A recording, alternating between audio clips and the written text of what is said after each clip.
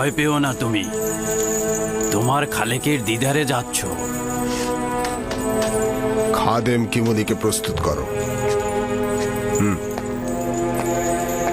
ইমান নিয়ে এখান থেকে যাচ্ছ, আনন্দিত হও। বড় আনন্দের দিন তোমার।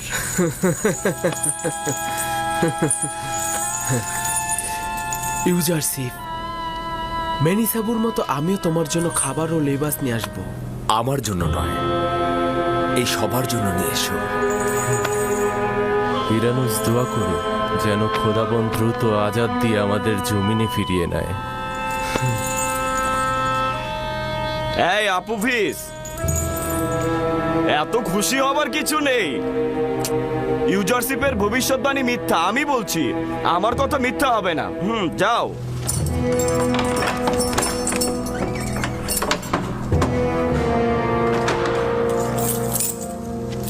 দরজা খুলে দাও।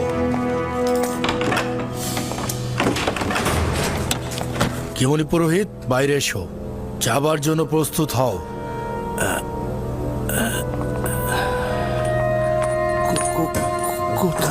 কোথায় যাব আমি? আমি জানি না। আমেন হতেবের রাজমহলের শাওয়ারিগণ তোমাকে নিতে এসেছে। হ্যাঁ, তাকে শেকল বেরি পরানো হোক।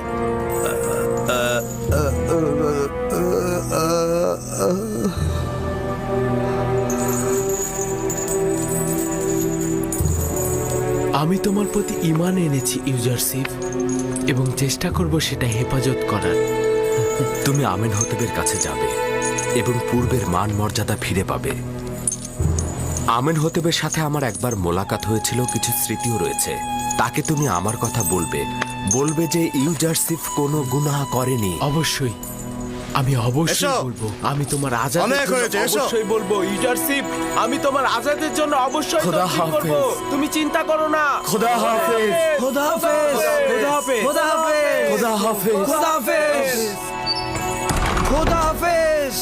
তুমি নিশ্চিত থাকো যে বাদশাহ আমেন হতেব তোমাকে এই কারাগার থেকে মুক্ত করবে। হায় আফসোস, এরকম যদি আমাদেরও কেউ থাকতো। কি বললে?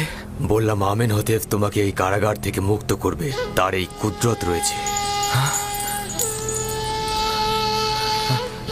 কিন্তু আমি তো আমেন হতেবের চাইতে অধিক কুদরতের অধিকারীকে চিনি। কেন তাকে কিছু বললাম না?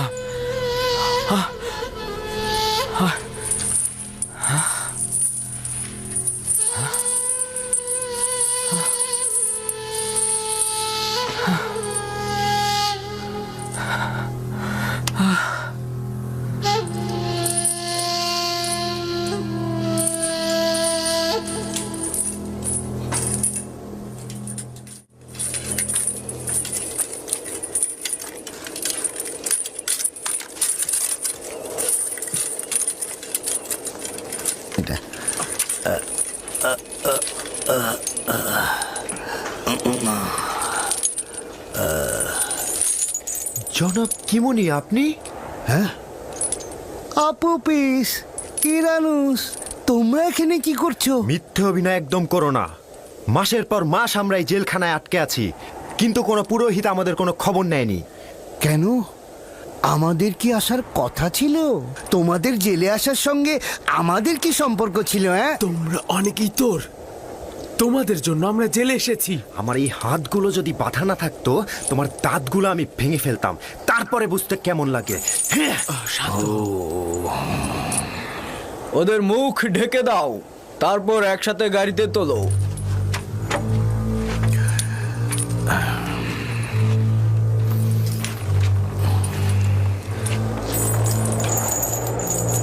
হাত নিচে নামাও, জলদি করো।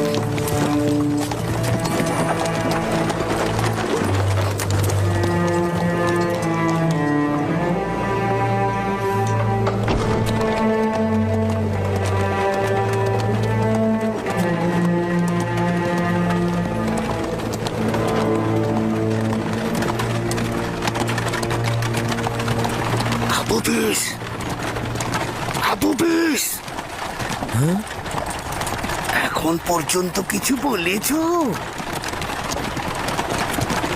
আঘাত সহ্য করতে পারিনি, সব বলে দিয়েছি। এটা কি করেছো? তোমার স্ত্রী সন্তানদের কথা একবারও ভাবলে না? দৌড়ার আঘাত যদি তোমার উপরে পড়তো তাহলে তুমিও সব বলে দিতে। যাই হোক, আমি এ ব্যাপারে কোনো কথা বলতে চাই না। যেটা হওয়ার হয়ে গেছে। এখনো কিছুই হয়নি। এখনো যদি তুমি অস্বীকার করো তাহলে অন্তত তোমার স্ত্রী সন্তানেরা বেঁচে যাবে। তোমার ভালোর কথা আগে চিন্তা করো। তুমি নিজেই আগে বাঁচো। অপপিস, মনে রেখো, আমনের খাদেমরা কিন্তু তোমার পরিবারকে ছাড়বে না। কিন্তু পুতিফারও তো ছাড়বে না। বলবে জানের মায় আমি সব স্বীকার করেছি। বলবে আঘাত সহ্য করতে না পেরে আমি সব দোষ স্বীকার করেছি। এই, মুখ বন্ধ করে চুপচাপ বসে থাকো। এই তোমরা কথা বলো না।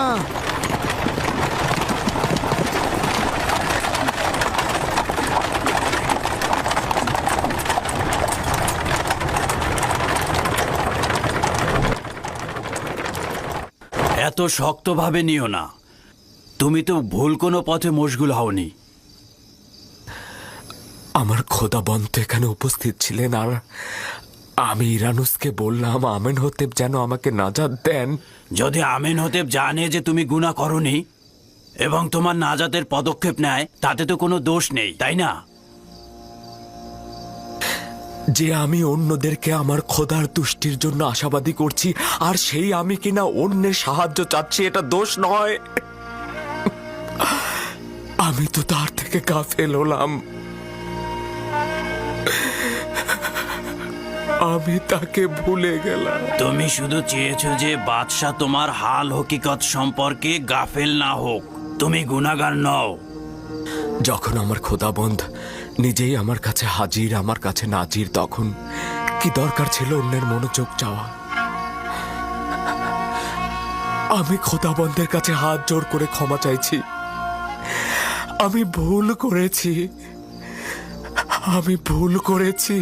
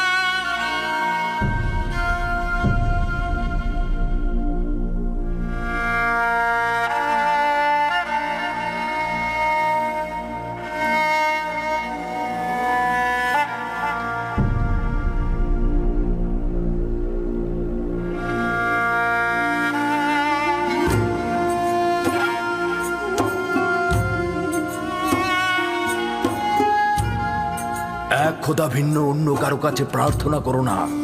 যা কিছু চাও শুধু তার কাছে চাও। একমাত্র প্রত্যক্ষদর্শী এবং সকল ক্ষেত্রে যার উপস্থিতি, তিনি হচ্ছেন উনি। যদি সঙ্গী চাও তাহলে তিনি হচ্ছেন তোমাদের সঙ্গী, তোমাদের অভিভাবক। যদি সংরক্ষক ও প্রহরী চাও তাহলে তিনি তোমাদের তত্ত্বাবধায়ক। যদি নিয়ামত দানকারী চাও তবে তিনি তোমাদের নিয়ামত দানকারী এবং পরওয়ারদিগার। এবং যদি উপদেশ ও নসিহত চাও তবে তিনি তোমাদের উপদেশ দাতা ও উত্তরাধিকারী। যা কিছুই মাখলুকাতের কাছে অন্বেষণ করো তার সবকিছুই একজনের কাছে রক্ষিত। আফসোস, খোদা ভিন্ন যদি অন্য কারো কাছে হস্ত উত্তোলন করো তাহলে অগণিত মাখলুকাত অপমানিত হবে। যদি কাল বা পরশু কিয়ামতের দিন খোদাবন্ধ ইনসাফ সহ জাহের হন তাহলে তো অসংখ্য পর্দা ছিন্ন ভিন্ন হয়ে যাবে। যদি তিনি ইনসাফ সহকারে সৃষ্টির দিকে নজর দেন, যদি কিয়ামতের দিন খোদা তাআলা মুসলিমের আর্তনাদ শোনেন, তাহলে অসংখ্য গুনাহগার আমির ওমরা পাপি তাপি বন্দী হয়ে যাবে। অতএব আখেরাতের সফরের জন্য রসদ সঞ্চয় করো এবং কাল কেয়ামতের জন্য নিজেদের আমলকে সংশোধন করে নাও। ফায়েকের মতো সবাই সফরের জন্য প্রস্তুত হও, কেননা সকলকে এই পথেই যেতে হবে।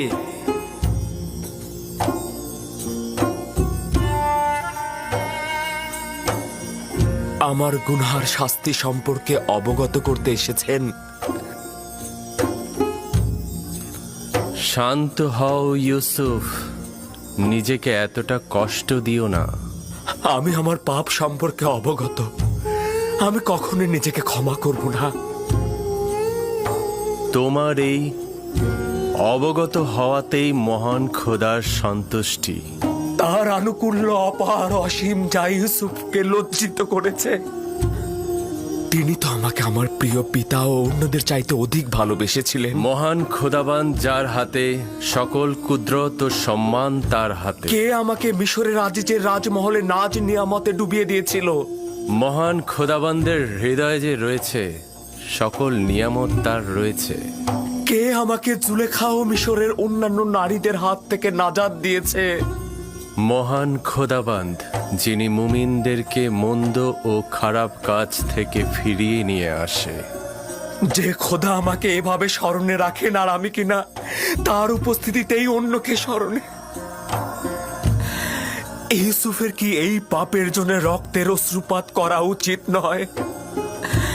আমার তো বিলাপ করতে করতে বুক ফেটে যাওয়া উচিত। গুনাহ করেছি খোদা, পাপ করেছি আমি প্রায়শ্চিত্ত করতে চাই। যদি ইউসুফ তার নিজের ভুলের জন্য এই রূপ অনুতপ্ত না হতো, একইভাবে মহান খোদার দরবারে আনুগত্য পোষণ না করত, তাহলে খোদার আনুকূল্য থেকে বিচ্যুত হয়ে যেত, নবুয়াতের মাকাম থেকে বিচ্যুত হতো। সিদ্ধান্ত ছিল ইউসুফ 1 বছর জেলখানায় থাকবে, কিন্তু এখন এটা 7 বছর বৃদ্ধি করা হয়েছে, যেন ইউসুফ তার পাপের প্রায়শ্চিত্ত করে এবং কারাবন্দীদের হেদায়েত দান করে, কারণ ভবিষ্যতে ইউসুফের অসংখ্য বন্ধু দরকার হয়ে পড়বে। আমি কারাগার আলিঙ্গন করছি, এমনকি যদি সমস্ত জিন্দেগি হয়। শুধু আমার মাবুদ যেন আমার থেকে দৃষ্টি ফিরিয়ে না নেন, শুধু এটাই কামনা করছি। আমি শুকরিয়া জ্ঞাপন করছি।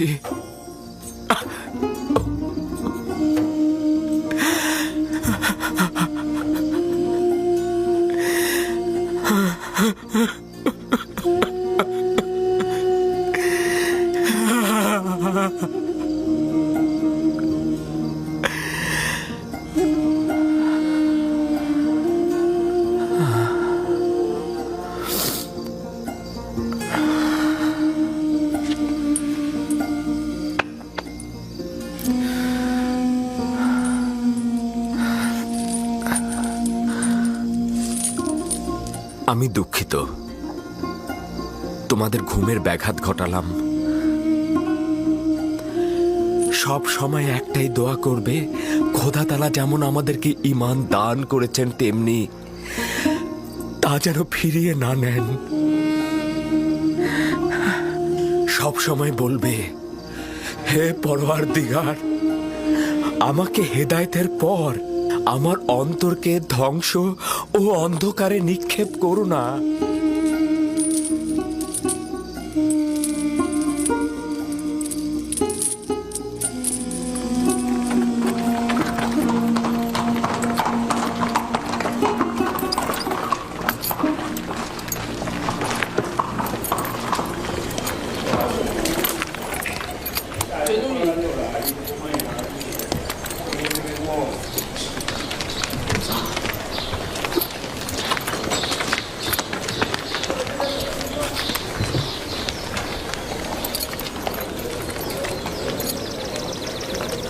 সম্ভাব্য বিপদের মোকাবেলায় প্রয়োজনীয় পদক্ষেপ চিন্তা করেছ তো?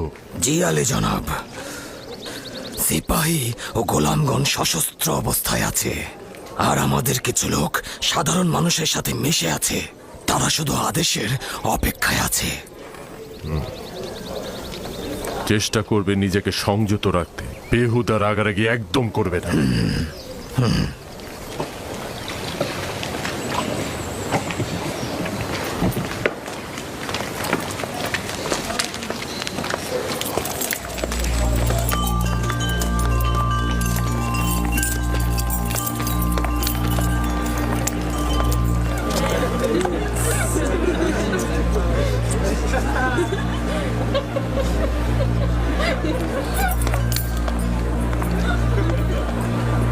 জনাব পদিয়ামুন, আপনাদের অস্ত্রগুলো জমা দিন।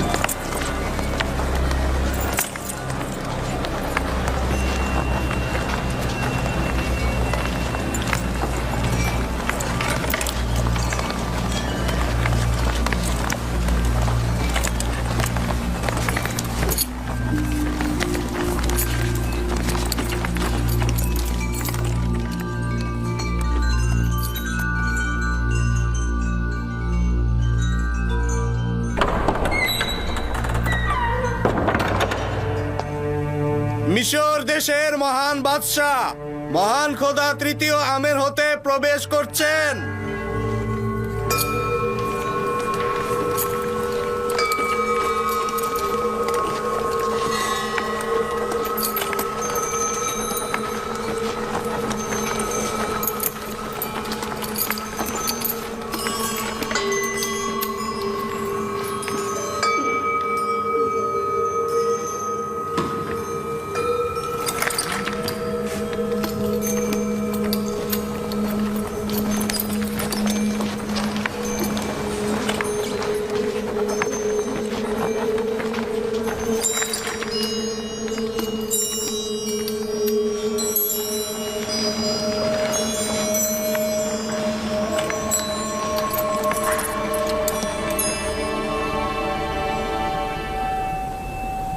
বাবা, জনাব আজ্ঞামোহর, মিশর ভূমির খোদার প্রধান খাদেম আজকের মেহমানদারিতে খোশ আমদেদ। আপনার উপরেও দরুদ মিশরের মহান খোদা মহান বাদশাহ তৃতীয় আমেন হতে, মিশরের সকল রাজমহলের শ্রেষ্ঠ বাদশাহ। আচ্ছা, সত্যি করে বলুন তো জনাব আজ্ঞামোহর, যে উপাধি ব্যবহার করলেন তা কি নিজে কবুল করেন? আমাদের সন্দেহ নেই, এবং যা বললাম তা শতভাগ সত্যতা রয়েছে। আমন খোদার খাদেমদের দৃষ্টিতে মিশরের সকল বাদশাহই অর্ধ খোদা পদমর্যাদার অধিকারী। তাহলে উপস্থিত গণ্যমান্যদের কাছে সওয়াল করছি, অজ্ঞামোহরের কথা অনুযায়ী এই পদমর্যাদার অধিকারীর বিরুদ্ধে ষড়যন্ত্রকারীর শাস্তি কি হওয়া উচিত?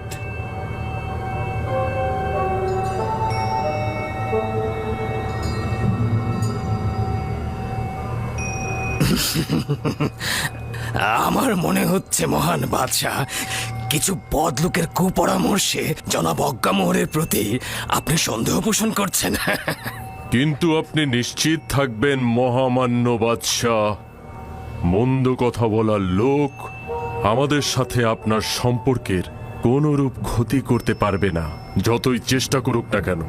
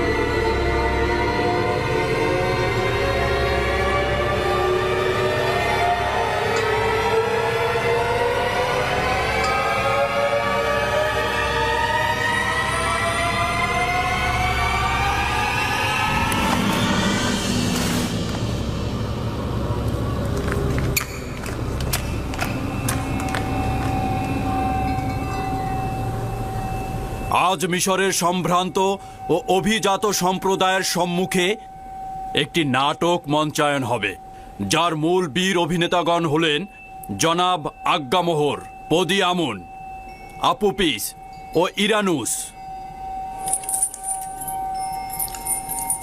আচ্ছা জনাব আজ্ঞামোহর, এদেরকে চিনতে পারছেন?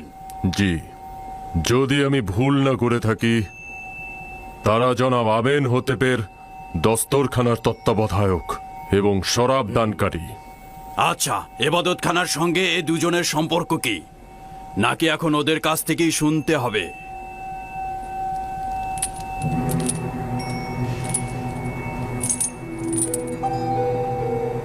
তাদের সঙ্গে আমাদের সম্পর্ক হলো তারা আমুনের অনুসারী।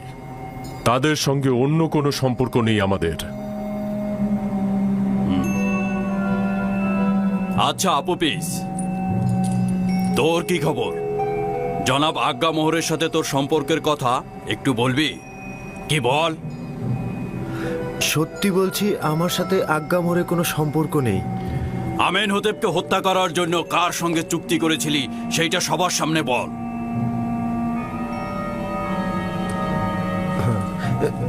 না না না, আমার তো তার সাথে কোনো চুক্তি হয়নি। কিন্তু তুই জেলখানার প্রতিনিধির সম্মুখে স্বীকার করেছিস যে আজ্ঞামোহর তোকে হাজারো স্বর্ণরৌপ্য দিয়েছে এবং তুই বাদশার পেয়ালায় বিষ ঢেলে দিয়েছিস। তোর স্বীকারোক্তি দেওয়ার সময় কয়েকজন জেলখানায় হাজির ছিল। না না, অস্বীকার করব না। তখন আমি জানের মায়ায় বাঁচার জন্য অস্বীকার করেছি। মহামান্য বাদশার জান কতলের ব্যাপারে কি বলবি? কেন এই কাজ করেছিলি? এই ঘটনার সঙ্গে জনাব আজ্ঞামোহরে কোনো সম্পর্ক নেই। আমি যখন খাদ্য তত্ত্বাবধায়ক ছিলাম তখন জনাব বাদশাহ আমার উপরে রাগান্বিত হয়েছিলেন আর আমি ভয় পেয়েছিলাম। ভেবেছিলাম বাদশাহ আমার জান কতল করে ফেলবেন, সেই কারণেই আমি এটা করেছি। জানো তো, কেউ যদি বাদশাকে হত্যার চেষ্টা করে তাহলে তার শাস্তি মৃত্যু। এটা উত্তম নয় কি? তোমরা আসল পরিকল্পনাকারীর নামটা বলে দাও আর সেই শাস্তি পাক।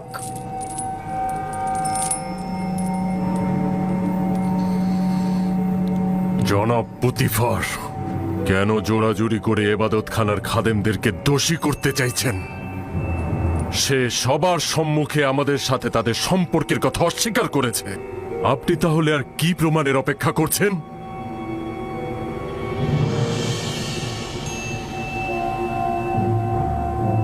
আপনি এখনই উত্তেজিত হবেন না জনাব, কারণ নাটক এখনো বাকি রয়েছে।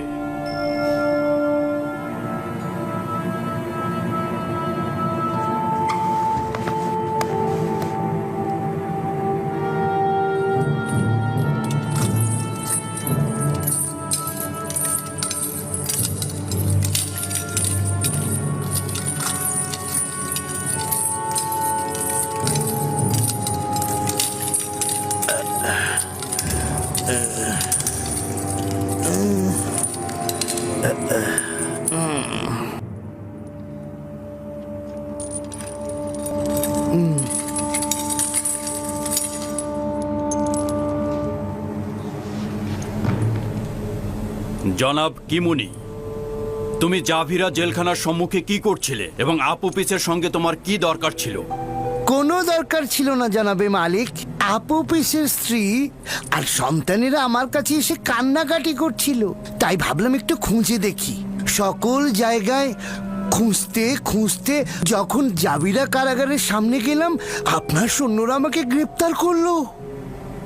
কিন্তু আপুপিস তো জেলখানায় স্বীকারোক্তি দিয়েছে সে তোমার মাধ্যমে জনাব আজ্ঞামোহরের কাছে গিয়েছিল এবং সেখান থেকে হত্যার নির্দেশ পেয়েছে।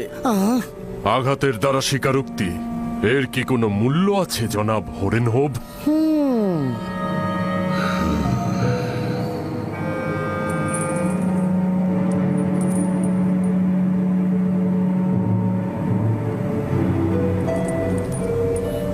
তার মানে তোমার ইরানুস আর আপুপিসের সঙ্গে কোনো সম্পর্ক নেই এবং আমাকে কতল করার কোনো নীল নকশা তুমি করনি? না আমার খোদা বন্দেগার, এদের সঙ্গে আমার কোনো সম্পর্কই নেই। এবং তুই আপুপিস কিমনি এবং অজ্ঞামোহরের সঙ্গে কোনো সম্পর্ক করিসনি? না আলী জনাব, আমার জনাব কিমুনি ও অজ্ঞামোহরের সঙ্গে কোনো সম্পর্ক নেই। তাহলে কি তুই শুধু শুধু ইরানুসের সঙ্গে মিলে আমাকে হত্যা করার নীল নকশা করেছিস? না আলী জনাব না, আমি এই ষড়যন্ত্র সম্পর্কে অবগত ছিলাম না। সত্য বলতে কি আলী জনাব, ও এই সব ঘটনা জানতো না। এই সকল ঘটনা আমি নিজেই করেছি। আমি ওর কাছ থেকে সাহায্য চেয়েছিলাম, কিন্তু ও আমাকে সাহায্য করেনি। ও আপনাকে জানিয়ে দিয়েছে।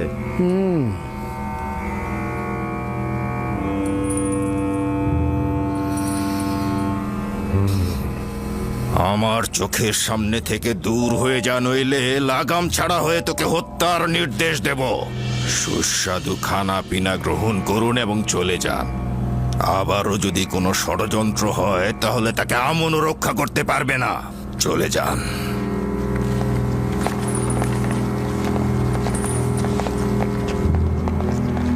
এটা এবাদতখানার খোদা ও খাদেমদের চরম অবমাননা। এরা কাফের, আমুনকে ঘৃণা করে। আমুন এদের জবাব ঠিক সময় মতো দেবে। তুই নির্ঘাত বোকা, নিজের জানকে আজ্ঞামোহরের জন্য উৎসর্গ করলি। যদি হাকিকত বলতি তাহলে এখান থেকে নাজাত পেতি। আমি নিজের জানকে পরিবার ও আত্মীয় স্বজনদের জন্য উৎসর্গ করলাম।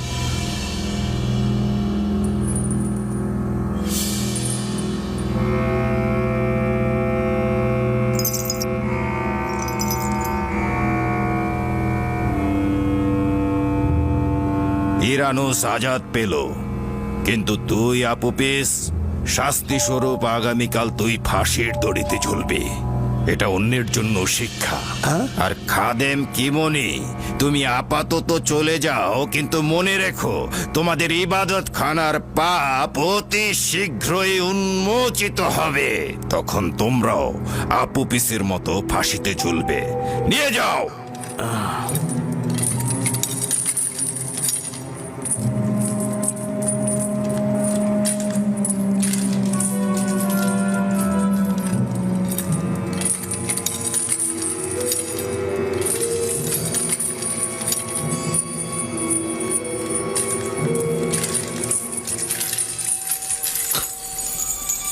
রাজসভা শেষ হলো, সবাই চলে যান।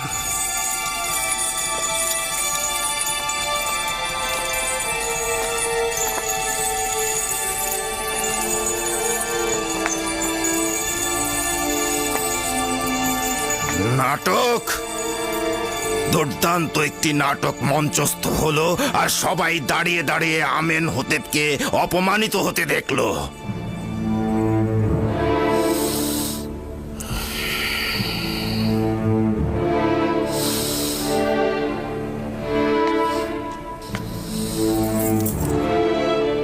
ইরানুস, জি জি জি জি আলী জনাব। তুই কি আমার শরাব দানকারী সাকি নস? জি জি জি আলী জনাব, অবশ্যই। তাহলে শরাব কোথায়? আপনার খেদমতে হাজির জনাব।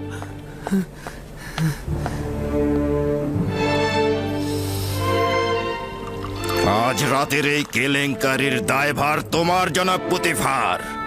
মিশরের প্রধান সেনাপতি শুধুমাত্র তাড়াহুড়ার কারণে একটা সুস্পষ্ট বিষয়কে প্রমাণ করতে পারল না।